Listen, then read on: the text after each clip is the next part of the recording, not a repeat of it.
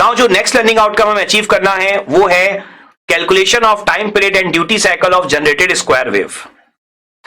तो यहां पर जो हम लोगों ने स्क्वायर वेव जनरेट की है, अगर उसका हम टाइम पीरियड कैलकुलेट करें या ड्यूटी साइकिल कैलकुलेट करें, तो आप यहां पर देख सकते हैं कि 101010 हम स्क्वायर वेव तो यहां पर जनरेट कर लिए हैं, लेकिन अगर यहां पर हम बात करते हैं टाइम पीरियड की, तो उसके लिए हमें समझना होगा कि ये जो स्क्वायर वेव आपने जनरेट की है वहां पर आपका जो चार्जिंग टाइम है, डिस्चार्जिंग टाइम है, दोनों बहुत अलग अलग हैं।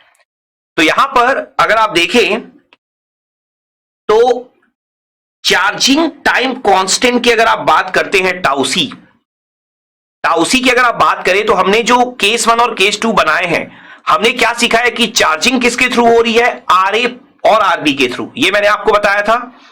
तो आप क्या लिखेंगे, आरए प्लस आरबी इंटू सी।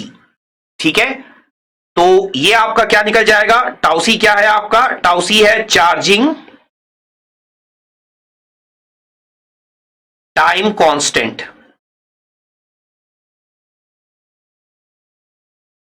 इसके अलावा अगर आप डिस्चार्जिंग की बात करें, डिस्चार्जिंग टाइम कांस्टेंट की बात करें, तो आप खुद देखिए डिस्चार्जिंग कब हो रही थी, जब V00 था। तो जब V00 था तब आपकी डिस्चार्जिंग हो रही थी। डिस्चार्जिंग कब हो रही थी, जब आपका Q बार 1 था। ठीक है ना, Q बार जब 1 था तब डिस्चार्जिंग पाथ अवेलेबल था। तो अगर मैं आपको वापस से पिन डायग्राम में लेकर जाऊं और ये शो करूं कि डिस्चार्जिंग किस के थ्रू हो रही थी, क्या आरए प्लस आरबी के थ्रू हो रही थी, या सिर्फ आरए के थ्रू, या सिर्फ आरबी के थ्रू, तो वो हम चेक कर सकते हैं। तो अगर आप यहां पर ध्यान से देखेंगे तो आप देख सकते हैं यहां पर कि जब पिन नंबर 7 के थ्रू जो लाइन है वो कनेक्टेड होगी तब डिस्चार्जिंग होगी, ये फिक्स है हमारे लिए। तो देखिए डिस्चार्जिंग जो है वो इस पाथ के थ्रू होगी, इस पॉइंट से लेकर पूरा ग्राउंड तक।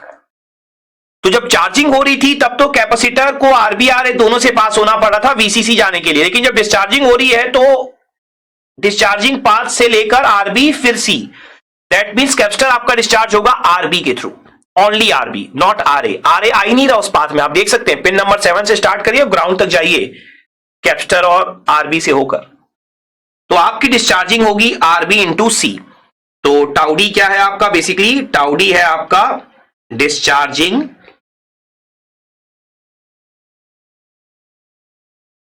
Time constant.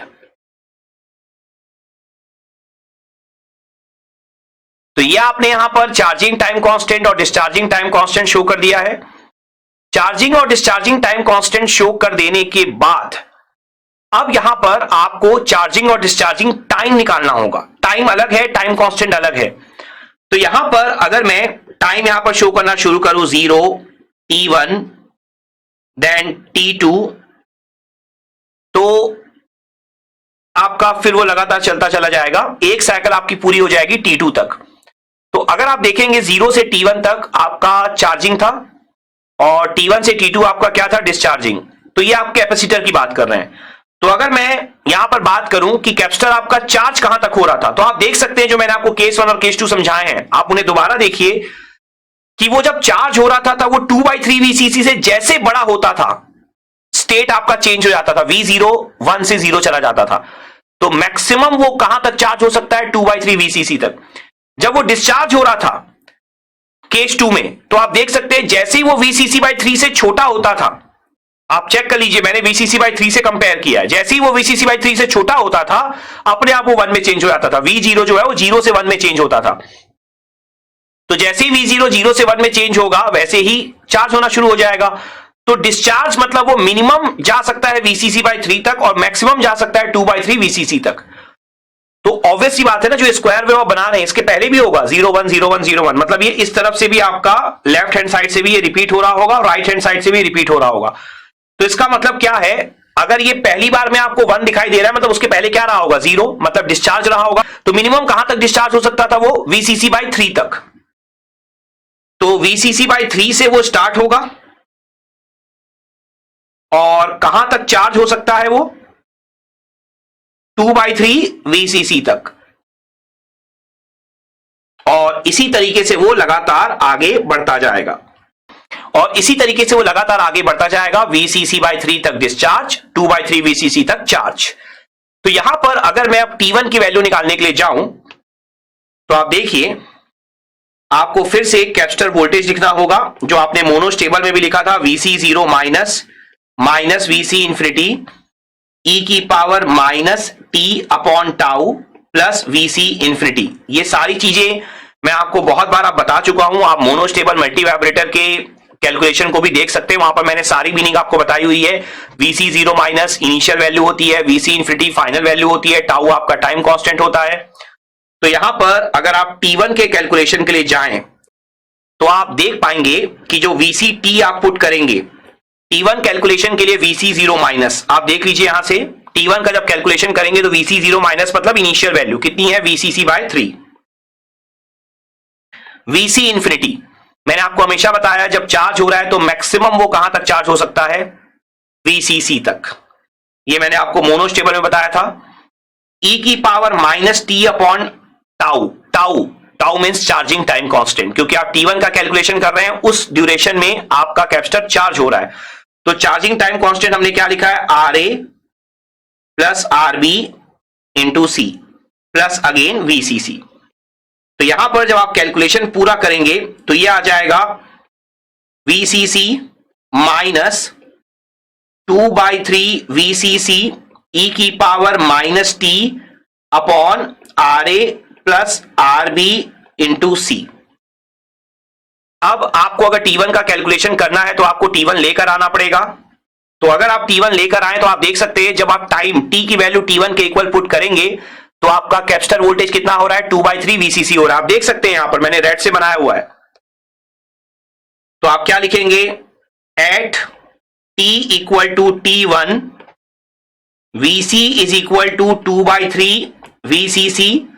तो इसे अगर आप इक्वेशन में पुट कर दें तो Vct की वैल्यू क्या हो जाएगी, Vcc माइनस 2/3 VCC e की पावर माइनस t की वैल्यू क्या पुट करेंगे, T1 upon RA plus RB into C। तो Vct की वैल्यू किसके इक्वल हो जाएगी आपकी, Vct की वैल्यू आपकी हो रही है 2/3 VCC के इक्वल। क्लियर है पॉइंट।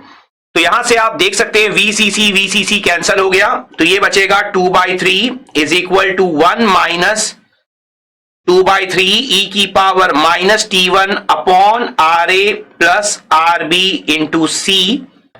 तो अगर आप 2/3 को यहां पर राइट हैंड साइड ले जाएं और e की पावर को अगर आप लेफ्ट हैंड साइड ले आए तो ये बचेगा आपका 2/3 e की power minus T1 upon RA plus RB into C और 1 माइनस 2/3 हो जाएगा 1/3। तो 3 और 3 भी कैंसिल हो जाएगा डिनोमिनेटर से। तो यहां पर आपका आंसर आएगा e की power minus T1 upon RA plus RB into C is equal to 1/2। तो आपको पता है आपको ln लेना होगा, तो minus T1 upon RA plus RB into C इसकी वैल्यू आपकी हो जाएगी ln हाफ। और यहां पर ln हाफ जो है हमारा वो होता है माइनस 0.693, जिससे T1 माइनस माइनस कैंसिल होने के बाद बचेगा 0.693 RA plus RB into C। यह आपका आ जाएगा यहां पर T1 का कैलकुलेशन। अब आप कैलकुलेट करने जाएंगे T2 को, तो T2 कैलकुलेशन। तो जब आप T2 को कैलकुलेट करने जाएंगे तो कैपेसिटर का वोल्टेज का फॉर्मूला बिल्कुल सेम होगा, लेकिन आपकी जो वैल्यूज है वो आपको देखनी पड़ेंगी कि Vc0 माइनस कितना है, Vc इंफिनिटी कितना है और e की power minus t by tau आपको बताया डिस्चार्ज होने वाला है। तो डिस्चार्जिंग टाइम कांस्टेंट आपने कितना लिखा है, RBC, फिर अगेन Vc इंफिनिटी कितना है। तो अगर आप यहां पर जज करने जाएं, चेक करने जाएं तो Vc0 माइनस जब आप T2 का कैलकुलेशन कर रहे हैं T2 का, तो Vc0 माइनस की वैल्यू कितनी है आप ध्यान से देखिए, इनिशियल वैल्यू होगी 2/3 VCC। T2 का कैलकुलेशन मतलब आपको ना डिस्चार्जिंग वाला देखना है, आप डिस्चार्जिंग। तो अगर आप डिस्चार्जिंग वाला देखें तो इनिशियल वैल्यू कितनी है आपकी 2/3 VCC है, मतलब डिस्चार्जिंग मतलब ये वाला पॉइंट, इस पे इनिशियल कितना होगा आपका, ये जो पॉइंट है आपको ये देखना है, ये इनिशियल है, मतलब जहां से आपका V00 हुआ वो इनिशियल कितना है कैपेसिटर वोल्टेज, तो वो है 2/3 VCC। और फाइनल फाइनल बहुत केयरफुल रहना है आपको। देखिए इस पाथ में वो डिस्चार्ज हो रहा है, जब V0 0 है ना तो वो डिस्चार्ज हो रहा है, तो आप समझिए वो डिस्चार्ज होता होता कहां तक जा सकता है, वो होगी फाइनल वैल्यू। 555 टाइमर आईसी में आपका जो मैक्सिमम वोल्टेज है वो तो VCC है, पर यहां पर आप कोई माइनस VCC यूज नहीं करते, यहां पर आपका मिनिमम वोल्टेज कितना होता है 0। तो जब वो डिस्चार्ज हो रहा है तो फाइनली वो कहां तक जा सकता था, ऑल्दो VCC/3 होने के बाद वो स्टेट चेंज कर गया, लेकिन फाइनली वो कहां तक जा सकता था 0 तक, मिनिमम वोल्टेज तक। तो फाइनल वैल्यू क्या लिखेंगे आप 0, और इनिशियल वैल्यू क्या लिखेंगे 2/3 VCC।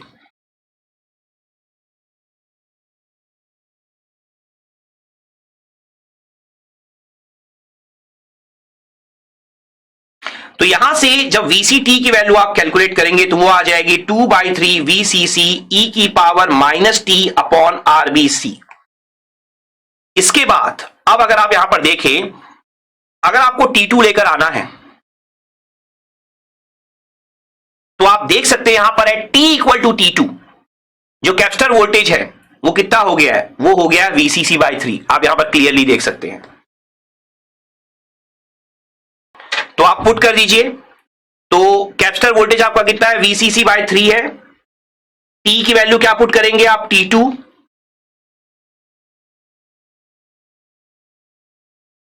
तो आप देख सकते हैं 3 और 3 कैंसल, VCC और VCC कैंसल, तो यहां पर e की पावर -T2 अपॉन RBC की जो वैल्यू है वो कितनी बचेगी 1/2। और अभी अभी हमने ये कैलकुलेशन किया हुआ है, आप देख सकते हैं T1 वाला सेम कैलकुलेशन है आपका, तो इसकी वैल्यू कितनी आ जाएगी आपकी T2 की वैल्यू 0.693 RBC। क्लियर।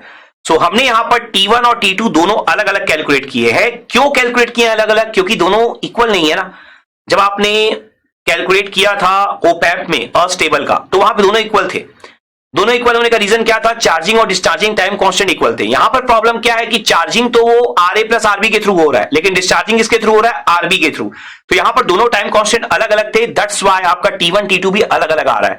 आप क्लियरली यहां पर देख सकते हैं दोनों में 0.693 तो आया है, ठीक है। आप देख सकते हैं T1 को भी 0.693 दोनों में आया है, लेकिन उसमें मल्टीप्लाई RA + RB है, C भी दोनों में है, और यहां मल्टीप्लाई सिर्फ और सिर्फ RB से है। तो यहां पर आप क्लियरली कंक्लूजन निकाल सकते हैं कि T1 जो है वो बड़ा है किससे, T2 से। और अगर आप फिगर देखें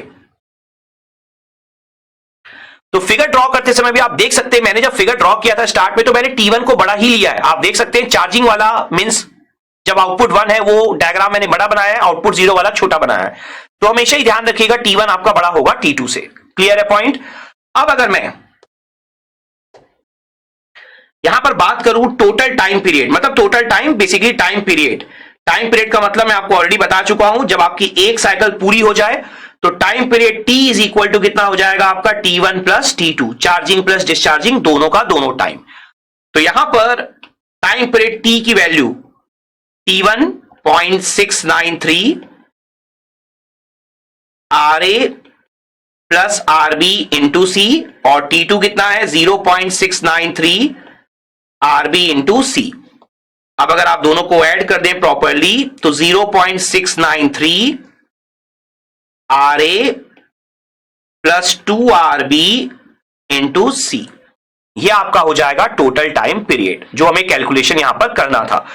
टाइम पीरियड के साथ साथ अगर आप चाहें तो फ्रीक्वेंसी ऑफ ऑपरेशन भी कैलकुलेट कर सकते हैं।